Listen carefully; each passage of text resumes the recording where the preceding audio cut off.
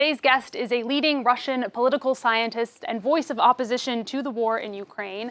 Ekaterina Schulmann was in Russia when the invasion began last year. In April, she accepted a fellowship in Berlin, and just days after she left for Germany, she was labeled by Russia as a foreign agent. She continues to comment regularly on Russian politics with over 1 million subscribers on her YouTube channel. She's currently in Paris to give a talk at Sciences Po University. That's why we're lucky enough to have her on set with us today. Professor Shulman, thank you so much for being here. Good morning, and thank you for having me. I want to start with your own story, if that's okay with you. Could you maybe just talk about how the invasion of Ukraine has changed your life? Extreme events like that divide your life into before and after, certainly. But again, speaking as a political scientist, I must say that they do not bring anything very new. They just accelerate the processes that were already going on. We've been experiencing censorship, public pressure, legal constraints at least since 2012. But as life goes on, you kind of manage to adapt to it. But then an event happens which makes adaptation no longer possible. I was much, much more fortunate than many of my colleagues. I did not experience direct threats or persecution. To the best of my knowledge, there's no criminal case against me, while there are criminal cases against many of my competitors, including my colleagues in the academia. You mentioned my foreign agent status. Yes, it has been published this very week when I appeared in Berlin. But as we know from documents that emerged in courts, because I'm suing the Ministry of Justice, of course, for this, and this is the way to know how they were doing is it started much earlier than my plans became public, so it was not an impromptu something, but as I said, a continuation of a previous tendency. So you're suing the Interior Ministry over labeling you as a foreign agent? Over labeling, over fines, over everything, every step of the way. Yes. And do you expect that to go anywhere? It's a very useful thing. It makes my disagreement public. It keeps them busy with something less deathly than things they're busy on usually, and it allows you access to information because they have to explain at least something. And this is the only way to, for example, to see correspondence between the ministries, between the Ministry of Justice and the Ministry of Foreign Affairs. The whole deputy minister has been responsible for agreeing that I'm a foreign agent indeed. And isn't it curious? How has that status changed things for you? Does it make it so that you can't go back to Russia?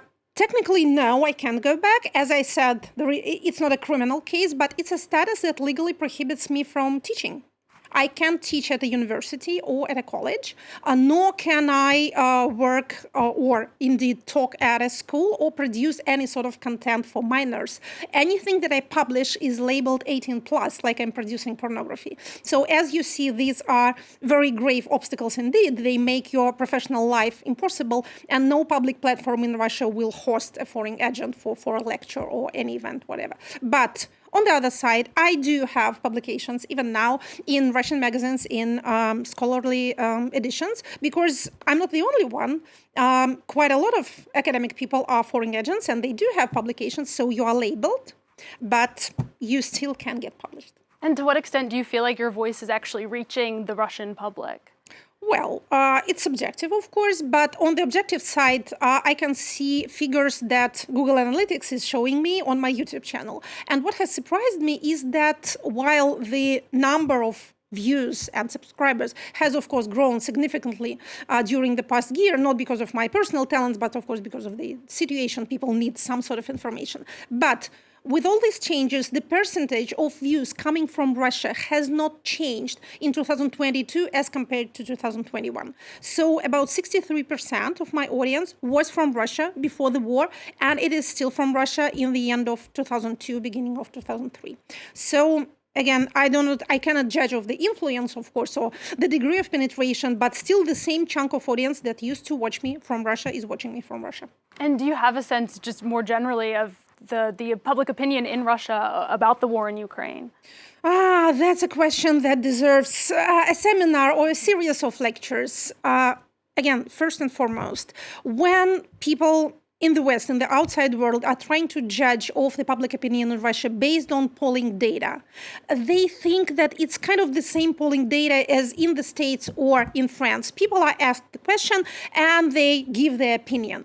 But in a non-free society, neither the respondent nor the pollster is free. And if you have war censorship laws that tell you that for wrong opinion you can go up to 15 years in penal colony, it tends to consolidate public opinion wonderfully. The percentage of people who refuse to talk to the pollster reaches 95%. It's almost impossible to imagine. So when you say that percent of Russians think so and so, you should keep in mind that it's the percent of people who agreed to answer those questions. And many people stop answering as soon as questions become political. So they answer the first part, like about themselves, about their, earnings, whatever, where they live. But when political questions begin, they just drop off. So with all these restrictions, with all these obstacles, we still cannot just stop using the polling data. We need to use it. But what we do is we try to use a collection of different markers. For example, people may say one thing in answers to questions, do you approve of presidential policy or do you want to be jailed for 15 years, which is a very good question. But they will say different things when asked about consumer optimism, financial plans, their mood of the people around them. So we use this circumstantial data in order to at least try to assess the mood of the society. And Russian society is a complicated thing. Russia is a country with huge regional differences, with high degree of inequality. So, of course, what authoritarian regimes do is they try to present the picture of national unity. But nothing could be actually further from the truth. As far as the special military operation is concerned, that's the official term, and that's what they use in polls. That's why I'm using it. The most important factor of division is age. The highest degree of support is among 55 plus. Budgetary workers, richer people, or people with stable incomes, which in case of current Russian economy is mostly, again, budgetary workers, state workers, people who work in civil service or law enforcement. So these are the people who support it the most, and coincidentally, these are the people who will be least affected by, for example, another wave of mobilization. They will not go to the front in any case. So they support it. Females support it a bit less than males. But again, age is the most important parameter. The next in importance is the degree of income. So the poorer people like it less. Young people like it not at all. Urban dwellers like it less than people from smaller towns and countryside, which is understandable. The payments to the mobilized and to those who sign military contracts have been incomparable to anything these people can ever earn in their lives. So paradoxically, we see, for example, data from the state statistical agency saying that the level of poverty in Russia in 2022 has lessened. And this very well may be true because there were so many payments, so many social payments or direct payments to those involved in the war. So again, sadly, for many poor people, it has been a sort of a social lift. Well, maybe not a social lift, not yet, but a source of income, which again cannot be compared to anything they can put their hands on in peaceful times. Thank you for that complete answer. It's incredibly interesting. I know it's a lot to fit in. You are giving a talk at Sciences Po here in Paris tonight on the stability of the Russian political system. Just quickly, how stable would you say that the Russian government is right now? And would you say that Vladimir Putin has been weakened by this war? Well, again, the rationale of any authoritarian power is the preservation of power.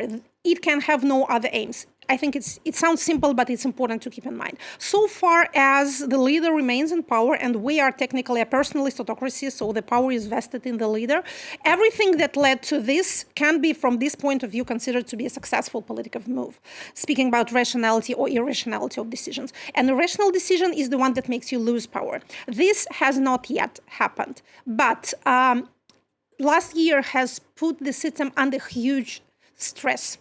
It has not been made for this. It is not very good at what it has forced itself to do. It is an authoritarian political regime which is very good at imitation, tactical demonstrative repression rather than massive one, make-believe, hypocrisy, window dressing, things like that. It used to run much more on propaganda than on direct violence. And it has not prepared itself for, again, direct military confrontation with another developed power. So it is trying to survive, trying to pretend to be still itself.